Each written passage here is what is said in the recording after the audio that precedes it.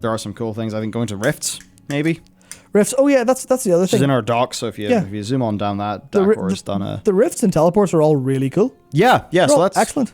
Let's hop into the non-depressing part for just a little bit. So yes, while killing rares and looting treasures across Korthia, you will be getting repaired rift keys and some collapsing rift stones, consumables, which let you enter rift portals and go into another realm in both the Maw and Korthia. So... yeah, and then when you're inside, there are rift-bound chests. There are rares that are exclusive to the Rift realm that get you, the Relic Fragment, Stygia, the Cosmetic Shoulders as well. And then there's 4 one-time hand-ins. Of course, you can only stay in the Rift realm for 15 minutes, so you got to plan out your trips. It's like you get your Rift Stone, and you're like, right, let's go, and that's cool. Yeah. That is cool. I really like it. And then there's the Zovaal vault chests as well. And unfortunately, there you go. Thank you, iPad. So, as Dakor says, one thing you should do first each day when entering the Rift Realm, if possible, is to rush to the Maw area, find Zovaal's vault chest, and drag it to Venari on the bridge connecting the Beast Warrens to the northern part of the Maw.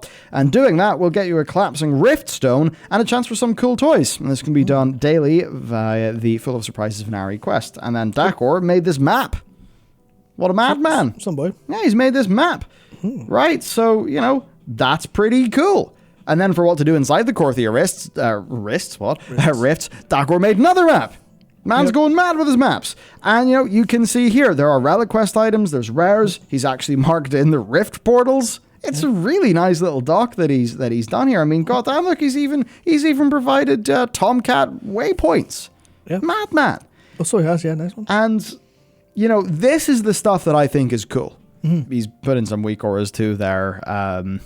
One that reminds you to resummon your Grommet and alerts you when it finds a treasure, and another one to show you how much catalog research you currently have in your bags, because of course the catalog research is just not in your bags. Yes. But this is something I want to, I just wanted to bring up and highlight, because this is a really cool part of the zone. It's like sort of taking the zone that you're used to and giving you this little timed run of a new version of it. I just think that's neat. I think that's neat. It's more playful. So, it's like the more stuff like that we get, the better. Yeah. And I'm happy that this is here. Yeah. It's, I guess, okay, I'm going to put it this way.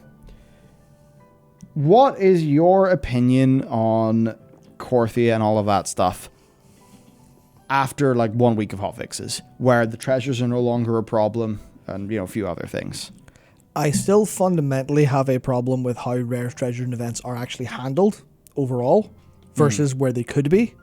Not necessarily that they're bad, it's just I envision there's a way to do it that doesn't involve me running around in circles for 30 minutes a day looking for stuff to do or hoping that stuff spawns near me. But all of this stuff, it reminds me of what I first felt when I went into Mechagon.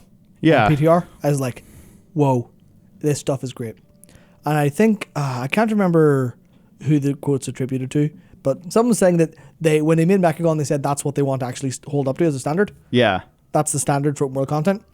And then they made this, which has a lot of the same DNA, just sloppier and also inherently tied to the actual, the actual player power, the progression that you want, but having a way to daily keep doing it.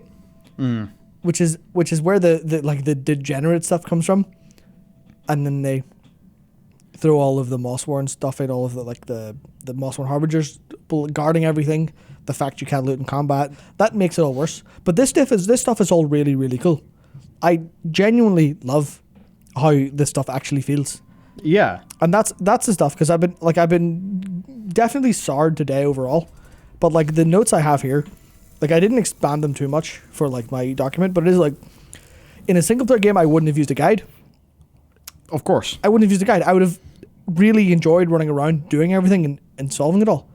I also would have taken my time generally, but the reason I couldn't do that is, one, World of Warcraft combat doesn't take very long because I'm fairly geared and I'm just going, well, I'll just kill you in a couple seconds. I'll just, I'll pull everything up, pop wings, pop Final Reckoning, hit Divine Storm, everything's dead. So there's a lot of how a single player game, you'll think of what you did that day or that play session, and you'd be like, huh, how did that take me 2 hours? But you were slowed down by all the gameplay in the middle. The kind of thing where, you know, like you can finish a Dark Souls game in a couple of minutes. Like if you're not a speedrunner but a fast player, you can finish it in like 4 hours. But it takes most people 30 to 40 because you're going slowly, you're doing all that stuff. Like this in a single player game is very close to being a really, really beautifully like made zone. It's got all of those congruent RPG like elements. Yeah. Because that's it was Jared I was talking to about, like, I was explaining to him how some of the mounts work, how some of the stuff works. And he said, oh, that's great RPG stuff. I'm like, yeah, it's just there's no UI system, there's none of that. It's just I'm going and doing this stuff in the world. I'm returning these eggs to this nest, and then this thing is going to come down eventually and go, you know, because the emote it uses is like you hear like a cry gratefully in the distance. So you bring a load of eggs back and it goes, oh, happy. I'm happy. How's it going? You've returned all my eggs. They were all eating them. I'm happy. I'll let you ride me into the abyss, whatever it is. I don't know how I'm. I'll fucking ride you into the abyss.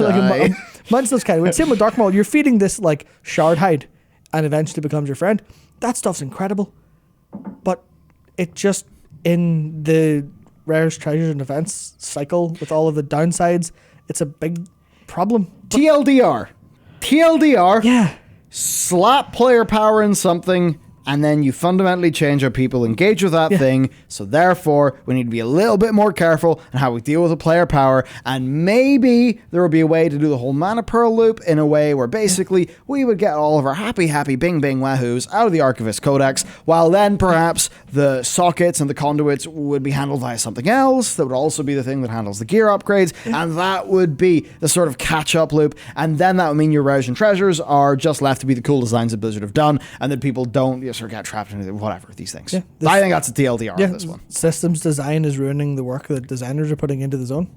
That basically, yes. Okay, I think that's a good way to put it. The designers are doing great work, and then the systems design overall betrays that fact. Yeah.